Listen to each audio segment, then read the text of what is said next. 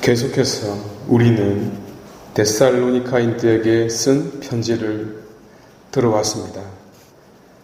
참으로 성도분들에 대한 감사와 그에 대한 감동으로 쓴 편지요. 오늘은 그 마지막입니다. 마지막에 무슨 이야기를 남겼을까요? 그것은 기독교 신학의 가장 중요한 원리 중에 하나입니다.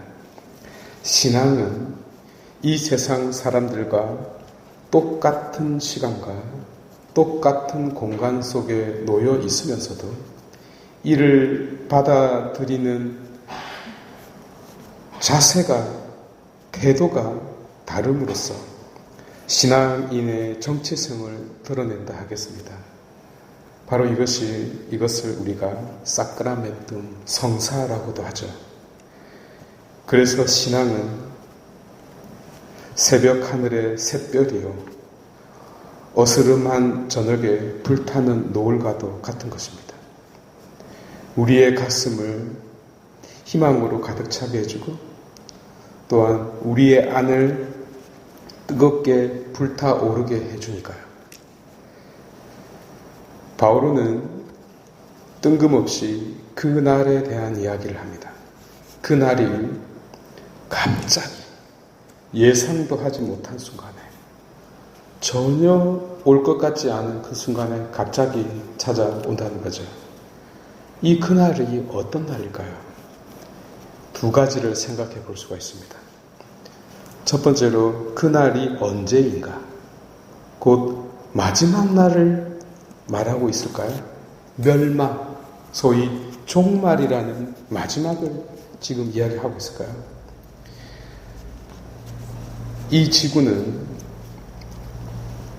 50억 년이 지나면 멸망합니다. 늦어도 60억 년 뒤에는 태양이 모든 에너지를 다 소진하고 커지기 때문에 적색 거성이 되어서 점점 커져요. 목성까지 커져서 싹 다 잡아먹습니다. 망하죠. 그날이 언제인 줄 아네요. 그날을 이야기할까요? 아니면 핵전쟁이 나면 그날도 마지막이겠네요. 그날을 뜻할까요?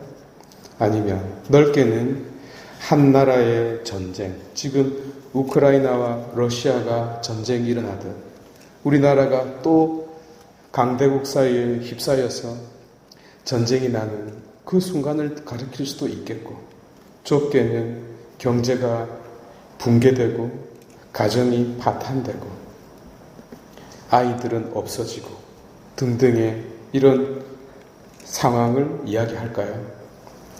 개인적인 죽음을 포함하여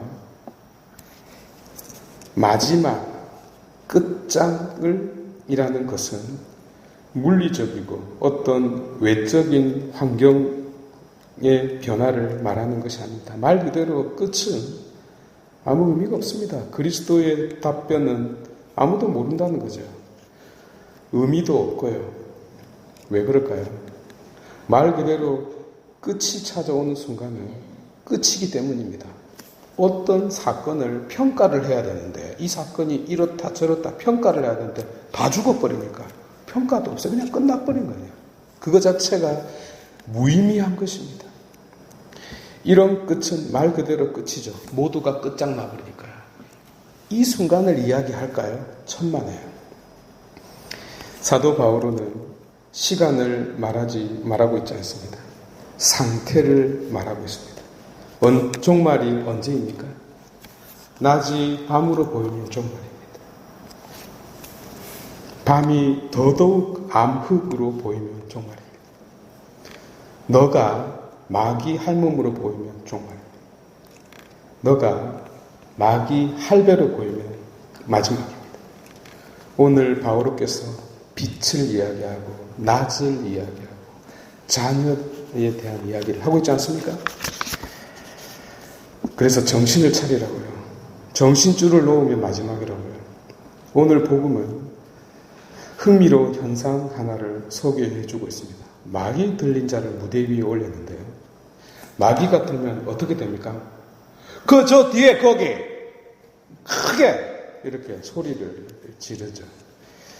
그런데 그리스도께서 더 큰 소리로 마귀 나가! 이렇게 했다는 거 아니겠어요? 어쨌든 마귀가 놀래가지고 쫓겨나갔죠. 그런데 이 다음을 한번 보십시오. 고요가 찾아왔어요. 지금까지의 그 사람의 삶 속에 고요가 있었을까요? 자유가 그 사람의 집을 찾아오지 않았겠습니까? 갑자기 삶의 무게가 쑥 빠져나가고 가볍게 됩니다. 마치 자유를 만끽하는 봄날의 공기를 마시듯. 그래서 삶이 지금까지 무거운 짐이었다면, 남이었다면 이제는 친구자 연인으로 다가오네요. 이전에는 삶이 그대를 속일지라도 슬퍼하거나 노여워하지 말라라고 비아냥거렸다면, 이제 삶은 다정하게 손을 내밀며 이렇게 이야기를 합니다. 낭자, 이제 내 손을 잡고 나에게 오시오. 나와 함께 청나라로 갑시다. 이것이 바로 천국의 상태가 아니겠습니까? 여러분, 천국이 저 하늘 어딘가에 있다고 생각하신다면, 천국이 저 세상 어딘가에 있다고 믿는 사람들은 참으로 가련합니다. 왜냐하면 그는 한평생 천국에 산 적이 없으니까요. 천국은 장소가 아닙니다.